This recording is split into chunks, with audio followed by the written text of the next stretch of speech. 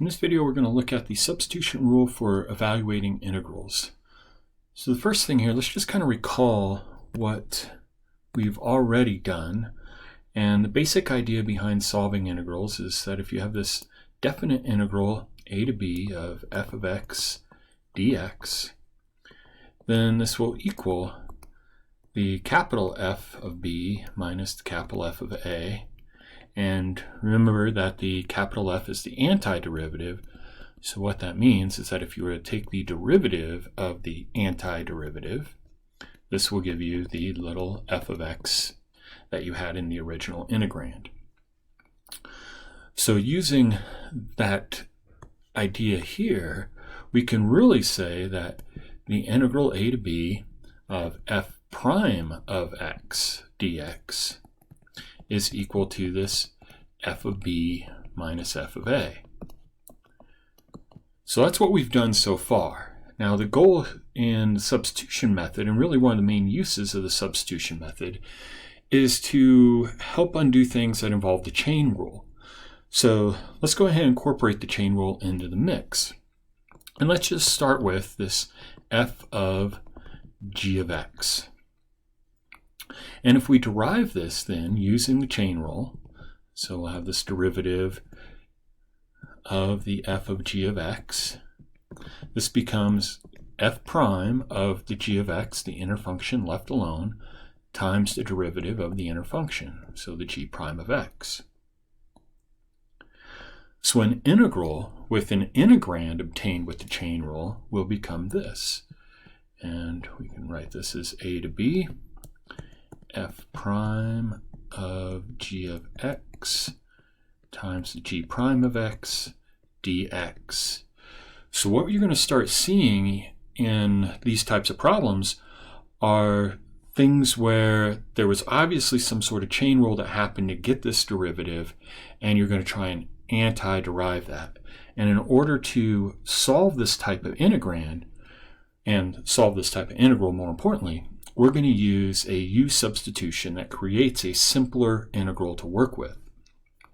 So in a general sense, we're going to let u equal g of x. And basically what you're going to do with these is you're going to try and identify the inner function. And you're going to let the u equal that.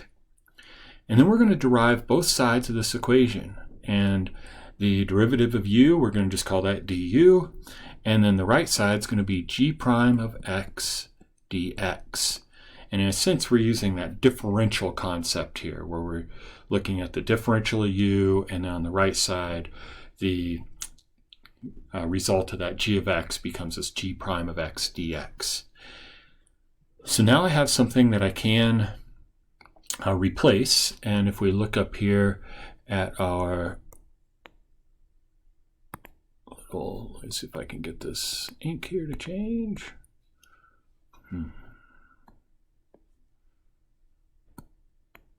Okay, there we go. Being feisty. So if you look up here, notice that we have our g prime of x dx represented.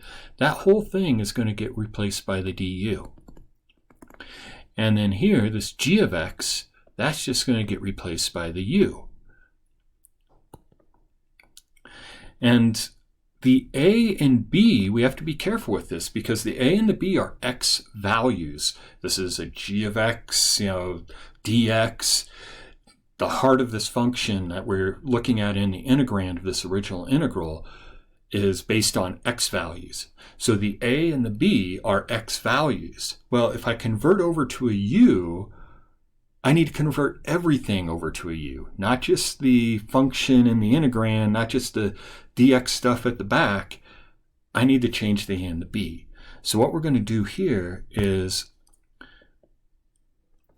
change the limits of integration to u limits. And it's actually pretty simple to do this. If x equals a, then all you need to do is go to this little substitution equation that you created, u equals g of x. Well, that gives you something to plug in the x to get the u. So we're going to have u equals g of a. We just plug in that a for the x. and then we're going to let the x equal b to start out, but then we're going to just plug that in to get our u, so u will equal g of b. So now this new integral that we have to work with is going to be g of a to g of b and f prime of u du, a simpler integral. And then we will just solve this as normal. So you have your g of a to g of b, f prime of u du, and that will evaluate down to the f of u, which is the antiderivative of your f prime, and we're going to evaluate those from g of a to g of b, and then this just becomes f of g of b minus f of g of a. And then you're done. That's all you got to do. So once you change everything over to u's, you don't have to go back. But what if the integral is not a definite integral? It doesn't have numbers or values in those limits of the integration. Well, the process is much the same, except that we have to resubstitute the original variable's expression back into the answer at the end. So in general, what this looks like, you have this integral f prime of g of x times the g prime of x dx, that integrand again coming from the chain rule. We're still going to let u equal the inner function g of x. That means our du will equal the g prime of x dx. And by doing that substitution, we get this integral of f prime of u du. And when you antiderive here without the limits of integration, you just get f of u and then plus c. And without those limits in play, we do need to back substitute or resubstitute this expression here, the g of x, in for every u again. So we'll have f of g of x and then plus c. And keep in mind that if I derived this result right here using the chain rule, I would get back my integrand right there. And the c goes away because its constant goes to 0. So that's the only difference when there isn't a definite integral. You just have to plug the stuff that you substituted for with the u back in to the final answer. So let's see a couple of examples of this, see how this works. So this first one here has limits. So looking at this, it's not super clear right off the top, exactly what's going on maybe. So let's go ahead and clean this up a little. I'm going to do 1 to 2 and then 5 over 1 plus, and I'm just going to write this as 5x quantity squared dx. And what I'm seeing here is something that looks similar to the arctangent derivative, this 1 over 1 plus x squared kind of form. But the 5x, that's more than what we normally have. That's actually going to be the inner function. So let's go ahead and let u equal that inner function there, that 5x. Then du is going to equal just 5 dx. And this is nice because if I look back up here, I got a 5, I got a dx, so that part is accounted for. And then my u is just going to replace that 5x there. I am going to go ahead and change the limits because those were x limits, the 1 and the 2. So I'm going to say when x is 1, u is just going to equal 5 times 1, just using that substituting equation that we created here. And this will be 5 then for that u. And when x is 2, we're going to replace that with u equals 5 times 2, or 10. So now our new integral, we're going to have the 1 being replaced by the 5. We're going to have the 2 being replaced by the 10. We're going to have just 1 over this 1 plus u squared, and then du. That du is replacing the 5 and the dx. And this is nice because now we just can antiderive this to get the arctan, the inverse tangent of u, evaluated from 5 to 10.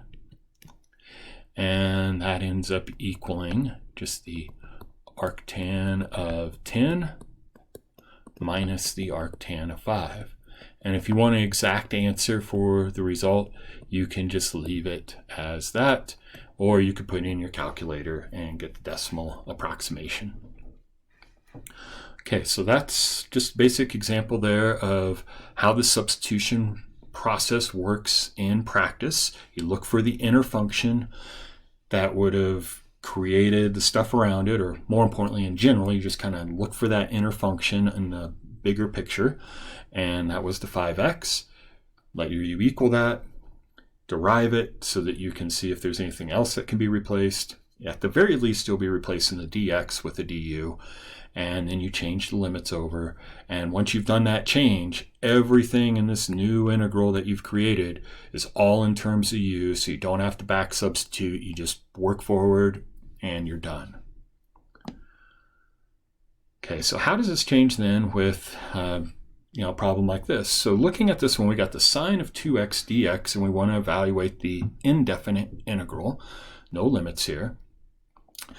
And it looks like an inner function for this would be 2x. So I'm going to go ahead and let, that was a little feisty.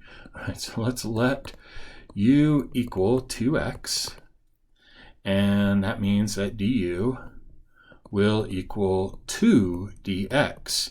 So it's like, okay, I got the 2x there, I got a dx here, I don't see another 2 anywhere. So don't panic. This will happen a lot of times with these substitutions where the number isn't going to be there. So all you have to do though is just move this over by dividing both sides by 2, and you get 1/2 du equals dx. And that's okay now. I can replace the dx with 1/2 du. I can replace the 2x with u, and we're happy. And with the integrals, one of the properties is I can write the constant out front. So I'm going to have this 1/2 coming from this 1/2 du. And then I'll have the sine of u, because that 2x gets replaced by that, and then du. And when you antiderive now, you're going to still have this 1/2 here. The sine goes to a negative cosine of u.